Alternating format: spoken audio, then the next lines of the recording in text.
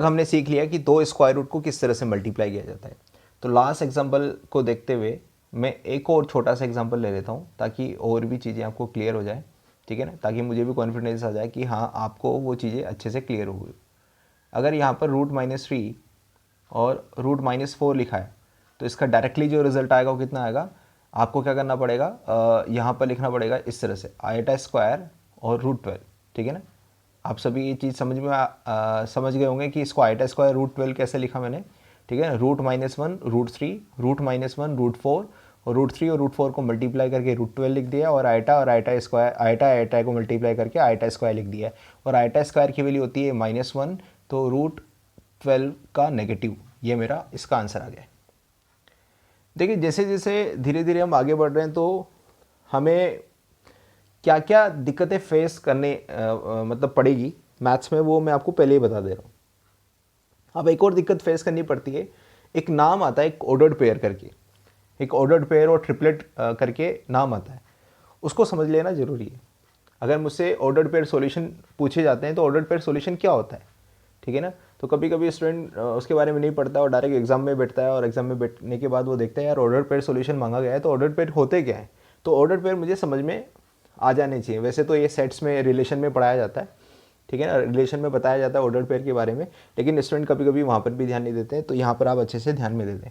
तो इन दोनों बातों को मैं नोट की फॉर्म में लिख रहा हूँ यहाँ पर। ऑर्डर्ड पेयर को मैं पॉइंट भी बोल सकता हूँ, पॉइंट और ऑर्डर्ड पेयर। तो पॉइंट तो पता ही आपको भी कैसी फॉर्म में होता है, तो बिल्कुल ऑर्डर्ड पेयर का भी आइडिया लग रहा होगा कैसी फॉर्म में होता है, x, y या a, b या p, q, कैसे भी फॉर्म में आप लिख दो ना, कैसी भी फॉर्म में, बस आपको इस तरह से ब्रैकेट लिखना है, x, y, दो नंबर लिखने हैं जिनके बीच में कॉमा आएगा और छोटे ब्रैकेट्स, स्मॉल ब्रैकेट्स आप यहाँ पर लगा देंगे, कैसी भी फॉर्म में। ये मैंने अलग अलग वेरिएबल करके लिखे, कभी कभी ये लिखा हो जाता है, कभी कभी ये लिखा होता है, तो आपको कंफ्यूज नहीं होना है। ऐसा कोई भी फॉर्म जो इस फॉर्म में लिखा है, ऐसा कोई भी पैटर्न जो इस तरह की फॉर्म में लिखा है, उसको मैं ऑर्डर्ड पेयर बोल देता हूँ, ठीक है ना। सारे पॉइंट ऑर्डर्ड पेयर होते हैं, इसका मतलब ऑर्डर्ड पेयर में नंबर्स का अरेंजमेंट इंपॉर्टेंट नहीं होता है। मैं क्या कहना चाहता हूँ, मैंने अगर ऐसा पॉइंट लिखा है तो ये ऑर्डर्ड पेयर है 1, 2, इसकी जगह पर अगर मैं 2, 1 लिखूंगा तो ये भी एक अलग ऑर्डर पेयर है। ये दोनों अलग अलग ऑर्डर पेयर हैं भाई, ये दोनों सेम नहीं है। मैंने ऐसा किया है कि 1, 2 और 2, 1 लिखा है, तो इसका मतलब ये ऑर्डर पेयर अलग अलग हो गए। 2, 2 ये एक अलग ऑर्डर पेयर है, 0,5 ये अलग ऑर्डर पेयर है, 0,5 √2,5 √2,5, मतलब आप कितने भी रियल नंबर्स का ऑर्डर पेयर बना सकते हो। दो रियल नंबर आपको पकड़ने होते हैं और उनको अगर आप इस फॉर्म में अरेंज करेंगे तो आपको हमेशा एक नया ऑर्डर पेयर मिल जाएगा, तो इसे बोल देते हैं ऑर्डर्ड पेयर। इसकी डेफिनेशन को मैं आप पर नहीं लिख रहा हूँ, डेफिनेशन मेरे काम नहीं आएगी, मेरे को बस समझ में आना चाहिए कि ऑर्डर्ड पेयर किसे कहते हैं। ऐसे एक वर्ड होता है ट्रिपलेट, ट्रिपलेट सॉल्यूशन या ट्रिपलेट केवल लिख दे रहा हूँ, सॉल्यूशन तो हम अभी एग्जांपल जब लेंगे सब समझ लेंगे। तो ट्रिपलेट का मतलब क्या होता है, 3 वेरिएबल का एक कलेक्शन। जैसे यहाँ पर 2 वेरिएबल का कलेक्शन है या 3 वेरिएबल का कलेक्शन, मतलब जब भी आपसे ट्रिपलेट सॉल्यूशन मांगे गए होंगे तो 3 वेरिएबल उस क्वेश्चन में होंगे तभी मांगेगा। ऑर्डर्ड पेयर कब मांगेगा, जब 2 वेरिएबल का क्वेश्चन दिया होगा। तो ट्रिपलेट का मतलब क्या होता है, ट्रिपलेट को भी मैं एग्जांपल लेकर समझा देता हूँ। आपके पास 3 नंबर्स का सेट आएगा इस तरह से, आपने किसी क्वेश्चन में 3 वेरिएबल काम दे रखे होंगे, उन तीनों वेरिएबल को ऐसा आपने सोचा होगा जो उसको सेटिस्फाई कर रहा होगा। तो इस तरह के समूह को, इस तरह के सेट को आप क्या बोल देते हो, ट्रिपलेट बोल देते हो। या तो ऐसा आंसर आएगा या फिर आपका हो सकता है आंसर ऐसा आ रहा हो, कोई भी 3 वेरिएबल्स का अरेंजमेंट जो उस इक्वेशन को सेटिस्फाई कर रहा है उसको मैं ट्रिपलेट बोल देता हूँ। इन दोनों चीज़ों को और अच्छी तरीके से समझने के लिए 2 क्वेश्चन लेते हैं। फर्स्ट क्वेश्चन क्या बोल रहा हूँ मैं, find number of order pair solution of the equation x plus y equal to 3 where x comma y belongs to I plus.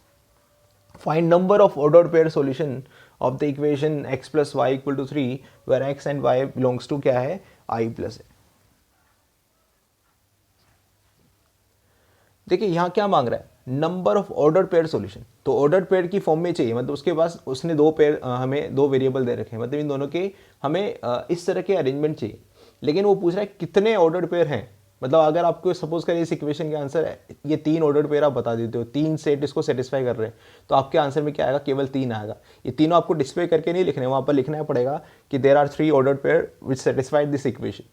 इसका मतलब find number of order pair solution of the equation x plus Y equal to 3, जहाँ पर ये condition हमेशा ध्यान में रखनी है, ये दे रखा है उसने अलग से कि x और y दोनों जो सोचने हैं वो कहाँ से सोचने हैं, i प्लस में से, मतलब नेचुरल नंबर में से सोचने हैं। तो स्टार्ट करते हैं इस क्वेश्चन का सॉल्यूशन लिखने। देखो नेचुरल नंबर कहाँ से स्टार्ट होते हैं, 1 से, तो x इक्वल टू 1 ले लेता हूँ। तो x इक्वल टू 1 लूँगा तो y को 2 होना ही पड़ेगा, तभी तो x plus Y equal to 3 आएगा। इसका मतलब सीधा सीधा एक ऑर्डर पेयर मुझे मिल गया 1,2, एक ऑर्डर पेयर मुझे मिल गया जो इस इक्वेशन को सेटिस्फाई कर रहा है। अगेन x को अगर मैं 2 लेता हूँ तो y को 1 लेना पड़ेगा, क्योंकि मुझे x और y दोनों कहाँ से सोचने हैं, i प्लस में से सोचने हैं, तो मैं और चीज़ों के बारे में नहीं सोच पा रहा हूँ। तो यहाँ पर क्या होगा, 2,1 एक और ऑर्डर पेयर हो गया। अगर मैं x को 3 सोच रहा हूँ तो x 3 आ गया तो y को 0 होना पड़ेगा, और y 0 हो नहीं सकता क्योंकि y i प्लस में से लिया जाएगा। इसका मतलब ये वाला कलेक्शन मैंने गलत सोचा है। अच्छा, जब मैं x को 1 सोच रहा हूँ y को 2 सोच रहा हूँ तो इसका उल्टा भी तो सोच सकता हूँ। इसका उल्टा मतलब x को अगर मैं 2 सोचूंगा y को 1 सोचूंगा तब भी तो इन दोनों का समीशन कितना आ रहा है, 3 आ रहा है। इसका मतलब एक ऑर्डर्ड पेयर 2,1 भी मेरा आंसर है। और अगेन x इक्वल टू 1 और y इक्वल टू 2 अगर मैंने सोचा है तो ये 1,2 भी एक ऑर्डर्ड पेयर इसको सेटिस्फाई कर रहा है। इसका मतलब टोटल 4 ऑर्डर्ड पेयर, इसका मतलब टोटल 4 ऑर्डर्ड पेयर इसके आंसर में आ रहे हैं। इसके अलावा कोई और x और y की वैल्यूज में या नहीं सोच पा रहा हूँ। इसका मतलब अगर मैं आंसर लिखूंगा तो there are 4 ordered pair, there are 4 ordered pair which satisfy the equation x plus y equal to 3। तो हमारा आंसर क्या हो गया, 4 ordered pair, ये हमारा करेक्ट आंसर। जारी तो है। अब इसी क्वेश्चन को थोड़ा सा मॉडिफाई करते हैं और आपसे पूछ लेते हैं कि फाइंड नंबर ऑफ ट्रिपलेट, ठीक है ना। इसी क्वेश्चन में चेंज करता हूँ, find number of triplet, order pair अब यहाँ से हटा देता हूँ। Find number of triplet solution, find number of triplet solution of the equation. और यहाँ पर हम ले लेते हैं 3 variable, x plus Y plus Z equal to 4, X plus Y plus Z equal to 4, ठीक है ना। और कंडीशन ये रखते हैं कि x, y और z ये तीनों कहाँ से आए, i प्लस से आए। ये तीनों कहाँ से आए, i प्लस से आए, ठीक है। अब यहाँ से फिर से मैं x, y, z के बारे में सोचूंगा। एक्स वाई जेड के बारे में कुछ इस तरह से सोचना है कि वो हमेशा i प्लस से आए और उस ऊपर वाली इक्वेशन को भी सेटिस्फाई करें। ऊपर वाली इक्वेशन जो आपको इस क्वेश्चन में दी गई है उसको सेटिस्फाई करें, तभी हम उनको गिन पाएंगे और नंबर ऑफ ट्रिपलेट गिन कर बता पाएंगे, ठीक है ना। तो स्टार्ट करते हैं।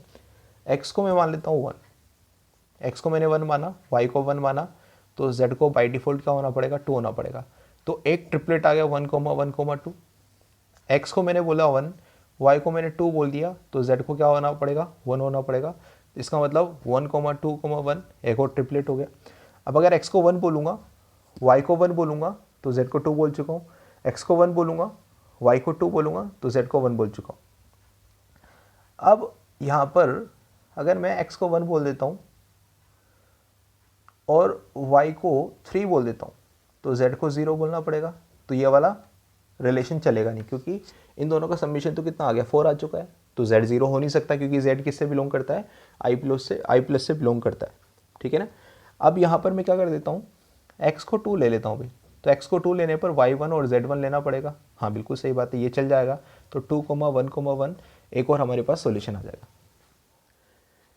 अगर मैं और कोई ऐसा कॉम्बिनेशन सोच पा रहा हूँ यहाँ से, जैसे कि x को मैंने 1 ले लिया, अब 2 ले लेता हूँ, तो 2 अगर मैं लूँगा, y और z को 1,1 ले चुका हूँ, तो यहाँ पर कोई रिलेशन बना नहीं सकता हूँ। इसका मतलब केवल और केवल यही हमारे पास सॉल्यूशन है। देखिए ध्यान से, x की वैल्यू एक बार, z की एक बार 2 हो गई, y की एक बार 2 हो गई और x की भी एक वैल्यू 2 हो गई। इसका मतलब तीनों एक सीक्वेंस में चल रहे हैं। तो इसके अलावा मैं कुछ और सोच नहीं पा रहा हूँ, ठीक है ना। तो अभी हाल फिलहाल इस इक्वेशन के ट्रिपलेट सॉल्यूशन जो आए वो 3 ट्रिपलेट सॉल्यूशन आए। तो इसका मतलब देर आर 3